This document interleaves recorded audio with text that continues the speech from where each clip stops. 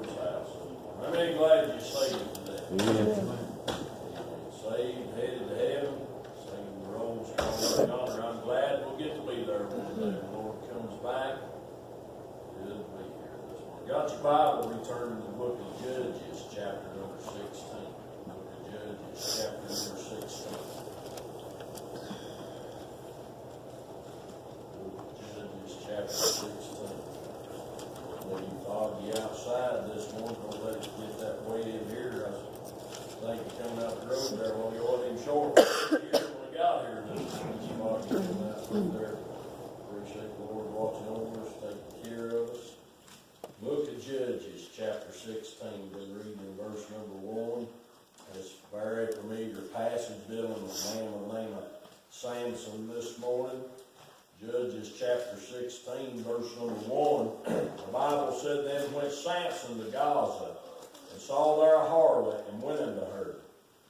And it was told of the Gehazites, saying, Samson is come hither, and passed him, and laid wait for him all night in the gate of the city. And were quiet all night, saying, In the morning, when it is day, we shall kill him. And Samson lay till midnight, and arose at midnight, and took the doors of the gate of the city, and the two posts, and went away with them, bar and all, and put them up on his shoulders, and carried them up to the top of a hill that is before Hebron. And it came to pass afterward that he loved a woman in the valley of Sorek, whose name was Delilah. And the lords of the Philistines came up unto her, and said unto her, Entice him, and see wherein his great strength lieth, and by what means we may prevail against him, that we may bind him to afflict him, and we will give thee every one of us 1,100 pieces of silver. And Delilah said unto Samson, Tell me, I pray thee, wherein thy great strength lieth, and wherewith thou mightest be bound to afflict thee. And Samson said unto her, If thou bind me with 7 green withs that were never dried, then shall I be weak and be as another man. Then the lords of the Philistines brought up to her 7 green withs which had not been dried, and she bound him with them. And now there were men laying in wait abiding with her in the chamber. And she said unto him, The Philistines be upon thee, Samson. And he brake the withs as thread of tow is broken when it toucheth the fire, so his strength was not known. And Delilah said unto Samson, Behold, thou hast mocked me, and told me lies. Now tell me, I pray thee, wherewith thou mightest be bound. And he said unto her, If thou bind me fast with new ropes that never were occupied, then shall I be weak and be as another man. Delilah therefore took new ropes and bound him therewith, and said unto him, The Philistines be upon thee, Samson. And there were liars in wait abiding in the chamber, and he broke them from off his arms like a thread. And Delilah said unto Samson, Hereto thou hast mocked me, and told me lies. Tell me wherewith thou mightest be bound. And he said unto her, If thou weavest the 7 locks of my head with a web. And she fastened it with a pin, and said unto him, The Philistines be upon thee, Samson. And he awaked out of his sleep, and went away with the pin of the beam and with the web. And she said unto him, How canst not thou say, I love thee, when thine heart is not with me? Thou hast mocked me these 3 times, and hast not told me wherein thy great strength lieth. And it came to pass, when she pressed him daily with her words, and urged him so that his soul was vexed unto death, that he told her all his heart, and said unto her, There hath not come a razor upon mine head, for I have been a Nazarite unto God from my mother's womb. If I be shaven, then my strength will go from me, and I shall become weak, and be like any other man.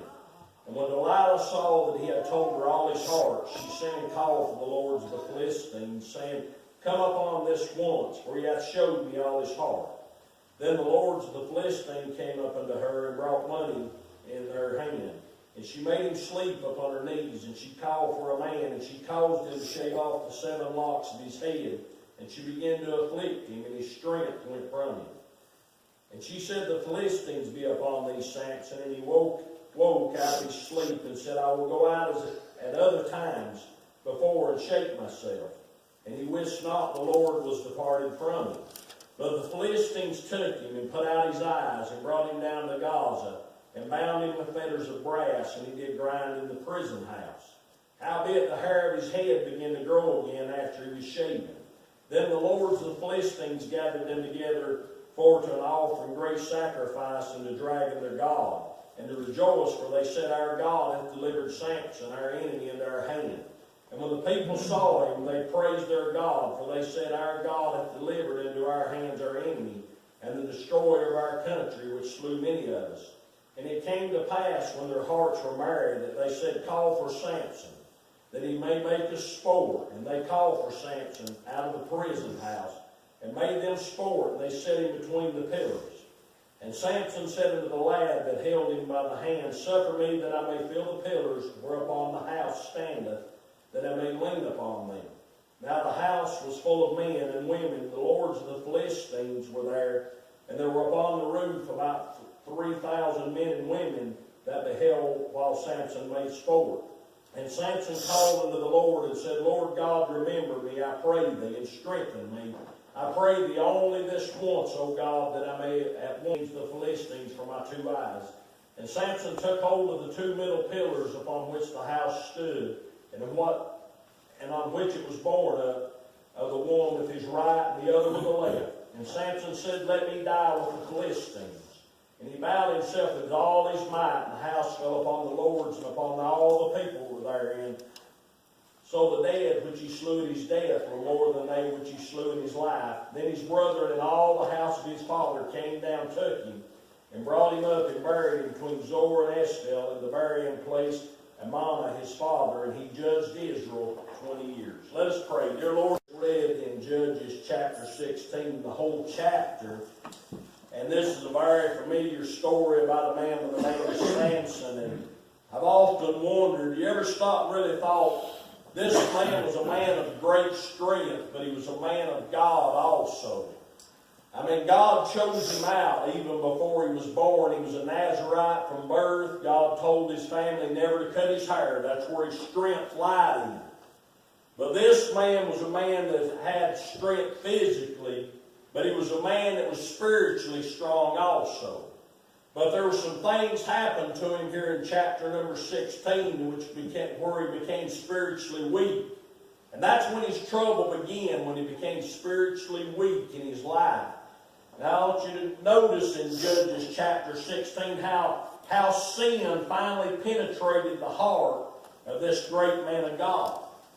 And you know, if you ain't real careful this morning, the same thing that happened to Samson can happen to me and you. And you know, the Bible talks about the devil being as a roaring lion seeking whom he may devour. He's the power of the air. And you know, the devil's after each and every one of us this morning. If we don't like to admit it or not, he is. Right.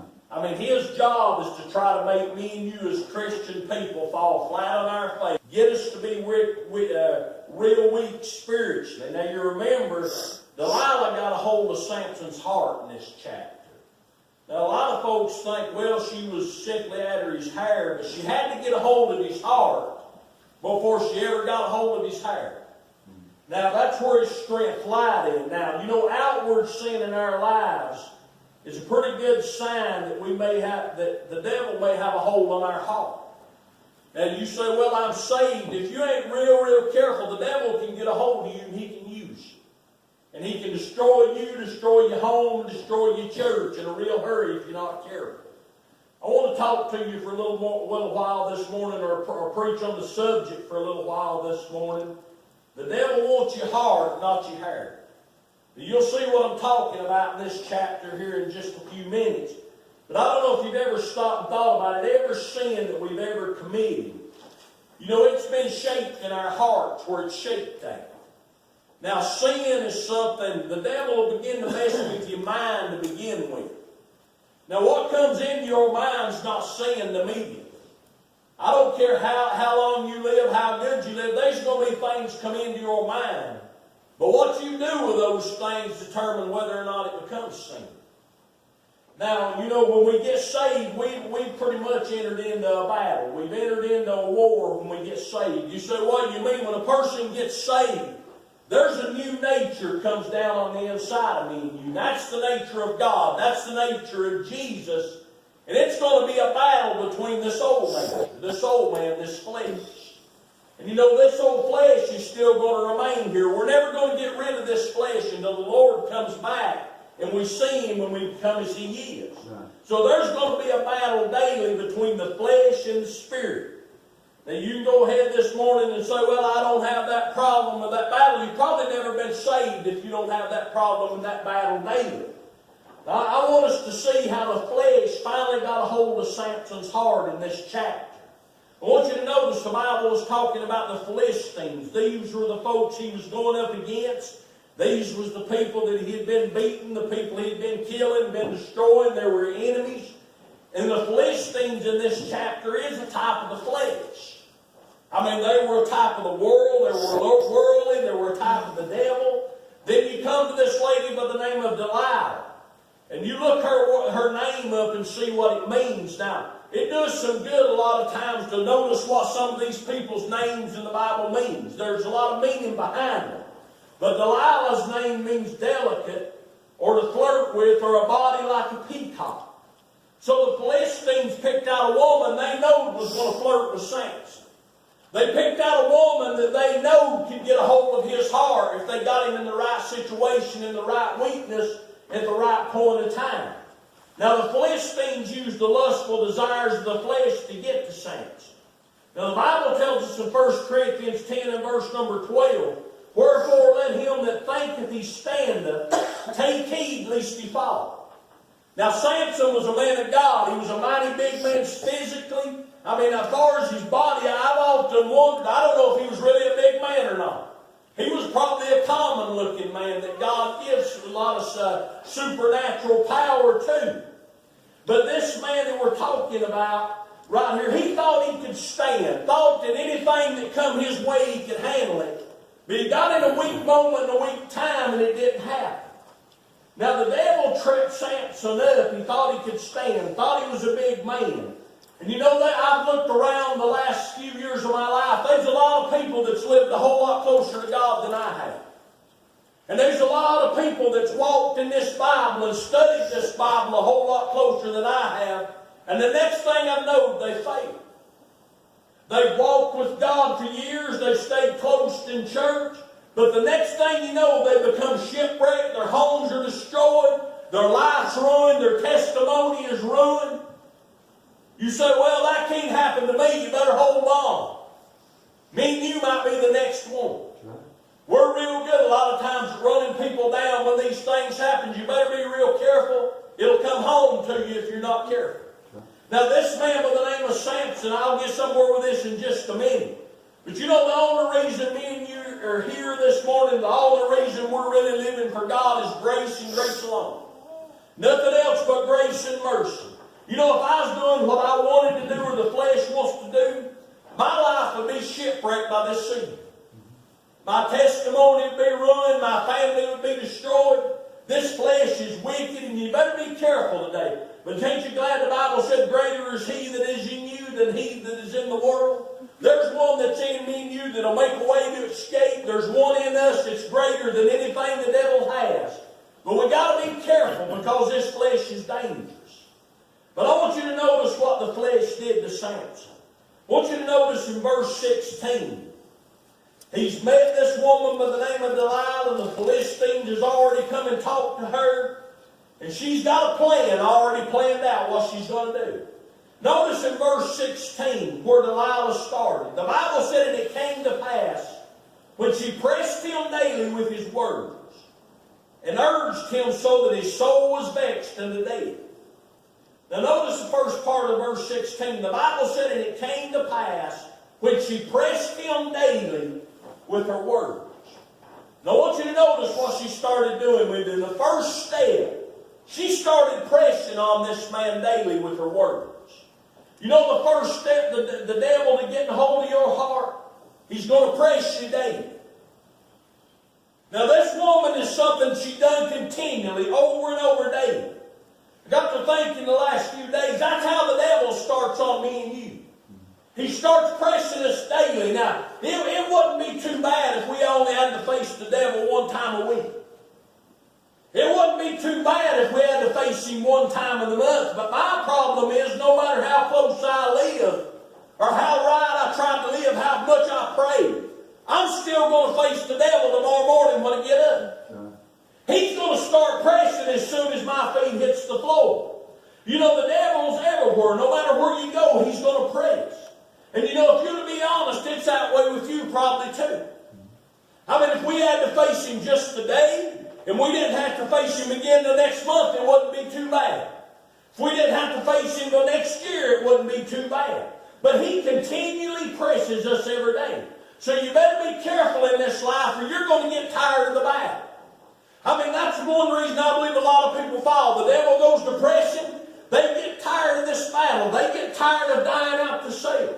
Then you'll get tired if you ain't really careful, because it is a daily battle. And if you ain't careful, you're going to wind up shipwrecked. You're going to wind up ruined. You're going to wind up ruining your testimony real quickly.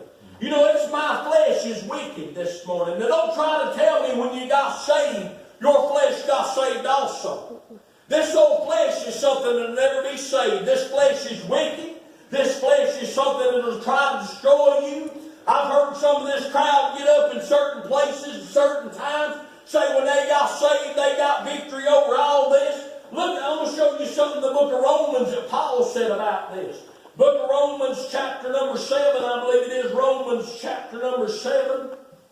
Romans chapter number 7, down about verse number, Romans 7 verse number 14. Let me get to the right place, turn to the right place. Romans chapter number 7 and verse number 14. Paul said something about this spiritual man and this carnal man.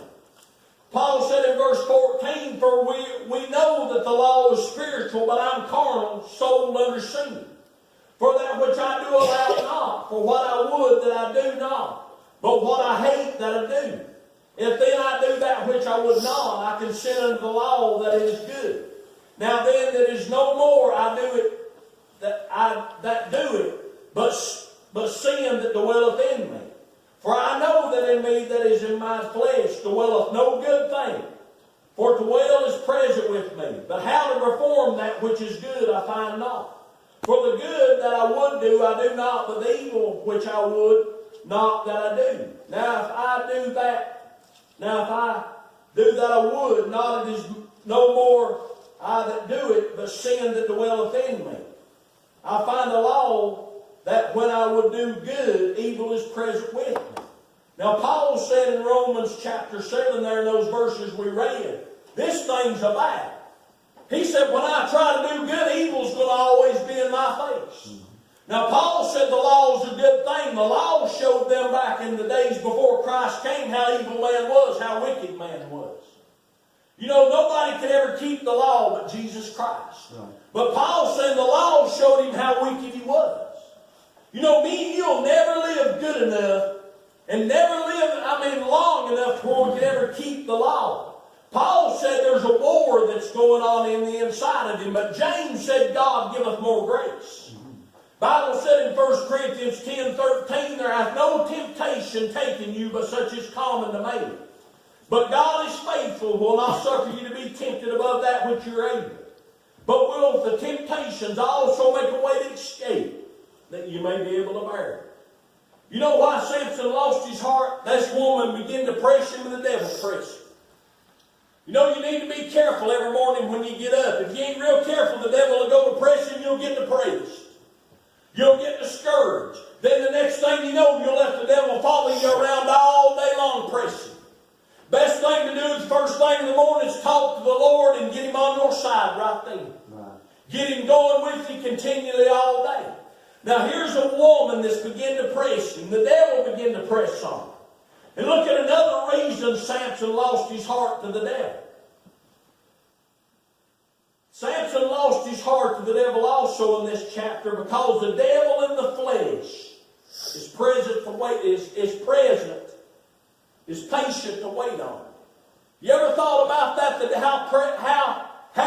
how patient the devil is to wait on us? Look what happened in this chapter right here. Remember before Samson told Delilah what really gave him his strength? You remember she went to him and said that he told her all his heart. He told her all his heart in the end. She began to press him. Then she began to patiently wait on him. Now I want you to notice in this chapter here, Samson lied to her 3 times about where his strength came from. 3 times he lied about it. Now listen, if the devil can get you to fall today, he'll try. But if he can't get you to fall today, he'll try again tomorrow. Now this thing goes on for a little while here in chapter number 16. This woman, Delilah, was patient to wait on Samson to tell her where his strength came from. You know, I've heard people say before, and even preachers, that it failed. I've heard them say, well, I look back now, I seen how the devil was setting me up even 5 years ago before I failed. You know, the devil will invest 10 years in you. He'll invest 20 years in you.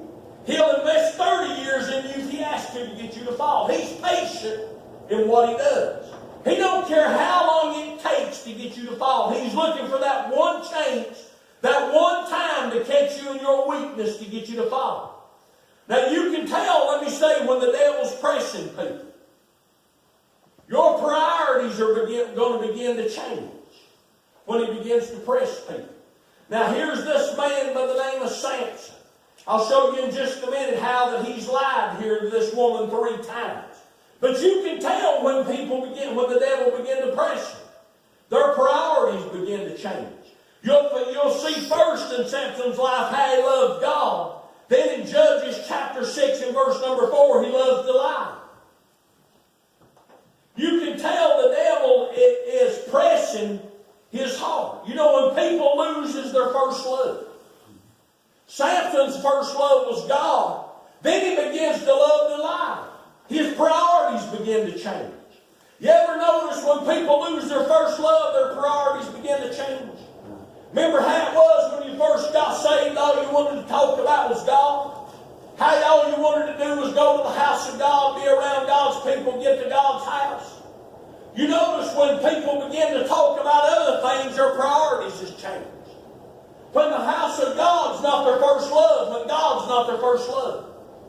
I mean, they'll begin to talk about the flesh. They'll begin to want to do the worldly things. When we get our priorities messed up, that's when we're going to begin to fall. You know, if the devil can get you to fall out of love with Jesus, he can get you to fall in love with him. You ever thought about that? He can get you to fall in love with him. When people's priorities get messed up, they'll begin to permit temptation to work on them. You know, I don't know about you, but I feel like that Samson, when this all begun, I believe Samson really knew what Delilah may have been up to. But the flesh was so weak, he began to follow after her. She wanted to know his secret. Every time Samson went to her house, all she wanted to do was say, Samson, where's your strength at? Over and over and over. Every time he went to his house, she'd say, if you love me, would you let me know this? And you know, that's just like the world, Delilah and Samson. If you love me, tell me your secret. But Samson began in verse number 6 down through verse number 9, he began to lie. I'm not going to take time to turn back there. But he began to tell her these things that would take away his strength. And none of it was the truth. He began to lie in verse number 6. And you know, I believe even when he lied, Samson knew he was playing with fire. And you know, if you play with fire long enough, you're going to get burned and you're going to get hurt. I know that may be simple, plain talk, but it's the truth. You know, Samson went back again in verse number 11 through 12. He put himself in the same place of temptation again. And she said, pretty much, if you love me, tell me.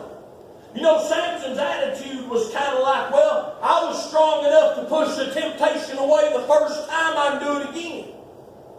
He lied to her once, he pushed the temptation away, he lied again, he pushed the temptation away, then the third time he goes back.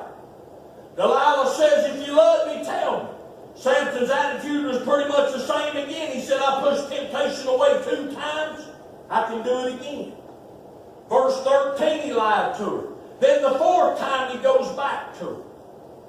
But you know, we ought to get a little advice out of what's going on right here. Man, you better stay away from anybody or any place that constantly presses you. And you better watch people that's constantly pressing on you, pushing you toward the flesh. Anything that constantly pushes you to do wrong or constantly pressures you or tempts you to sin, you say, well, I can handle it. There's a lot of mom and dads will tell you this morning, I thought I could handle it, but my home's destroyed right now. There's a lot of men of God will tell you, man, I thought I could handle it, but I've lost everything of God. There's a lot of people in prison will tell you this morning, I thought I could handle the temptation, but I found out I couldn't. Look where I'm at right now. There's a lot of folks that went to an early grave that they could talk to you. They'd tell you, I thought I could handle the temptation, but look where they're at this morning. They're in the ground. Man, there's a lot of folks, man, on the jobs out there. I mean, there's a lot of things goes on the jobs when you look around. You work somewhere like I work or somewhere.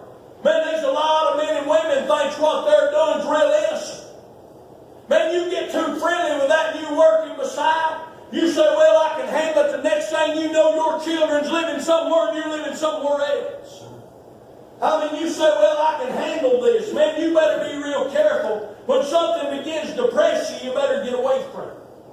You know how to handle that? The Bible says neither give place to the devil. You let him get a foothold this morning. The Bible says to abstain from all appearances of evil. You know, we need to tell our young people this morning a good way to stay away from the temptations. They need to really pick what friends they have, who they run with. You ain't real careful, you pick the wrong crowd, they go pressing you, you're going to wind up destroying your life as a young person. And I'm afraid a lot of these young people don't realize this morning they can scar their life forever. You say, what do you mean? You get scars on you right now, you can do things sure. The Lord will forgive you. There's no sin that He won't forgive you of. But there's scars that people never forget about. There's things that you can do right now, 30 years down the road, people's going to talk about and they'll never forgive you. Sure, we can forgive them, but it's always in your mind. You can do things right now that'll destroy you if you ain't real careful as a young person.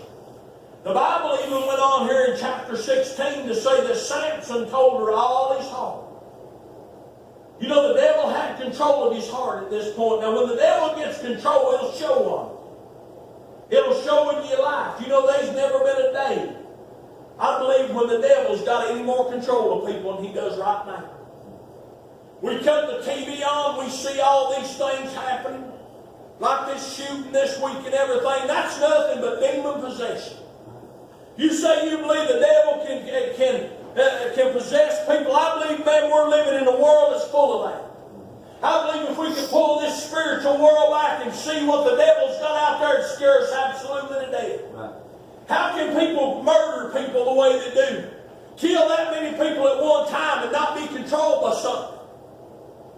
Sure, I know a lot of them's controlled by what they're taking. They're controlled by the drugs, alcohol, the pills. But where does that come from? That comes from another power. That comes straight out of the pits of hell this morning is where it comes from. I mean, God don't deal in things that way. I mean, there's three things the devil will do when he gets a hold of your heart that he done to Samson in this chapter. You know, when Delilah really got a hold of his heart, the first thing she done, she run to the Philistines and said, pay me. The Bible said in verse 18, when Delilah saw that he had told her all his heart, she sent and called for the lords of the Philistines, saying, come upon this once, for it showed me all the heart. Then the lords of the Philistines come unto her and brought money in their hand. You know what the devil will do when he gets a hold of your heart? He'll sell you out. You ever stop and thought the devil don't ever show you the finished product of what he's doing? He'll show you up front, make things look good, make it look real pretty, make you smell good. But he don't show you the finished product down the road. He don't show you what sin's going to do to your life. He don't want you to know that. He don't want me to get in the pulpit and tell these young people how it's going to destroy them, what the finished product is. Right. He don't want nobody to know that. This woman, the name of Delilah, did not love him. She used him. She didn't care about him. All she wanted was to win him and sell him to somebody else. And you know, there's people like that everywhere. They'll try to win you, then they'll sell you out. I mean, you ever seen a day and time that people treat sin like their friend? They'll defend their sin. They'll get mad at the man of God if he preaches over what's going on. They'll get mad if he exposes their sin. They'll make excuses about their sin. People will run to another church in a hurry because they don't want somebody to know about their sin. I mean, there's folks that'll even mock over what other people are doing. You know, people that are in that shape this morning, they're in darkness. You know, you better be real careful if you're in that shape this morning. That thing you love somewhere down the road will sell you out. I don't know if you've ever noticed that a man of God can get up, somebody can get up in the house of God and teach. They can preach on Calvary, the second coming. They can preach on hell. People won't leave. But if you preach on sin, what people's done, they get mad. They don't want their sin exposed. They want to defend what they're doing. They'll hit the road a lot of times. I mean, we're living in a day and time people can't take preaching. You know why all these mega churches has got so many people? You cut your TV on, watch Joel Osteen and all this crowd. You know why they've got 30-some thousand people? They don't preach against anything. Sure. I mean, you listen to them. It's a feel-good thing. They don't preach against sin. They don't preach on hell. I mean, you say, well, you're throwing him under the bus. Man, he took the crosses out of everything a few years ago. Said we didn't need to tell people about a bloody religion. Something's wrong with something like that. It's a money racket. Right. Millions and millions of dollars spent.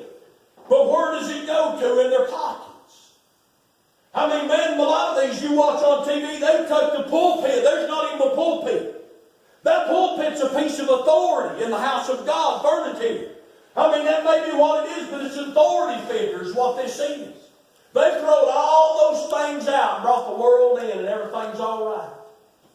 Man, we get away from what this book said. Romans 14 and verse number 23 said, for whatsoever is not of faith is sin.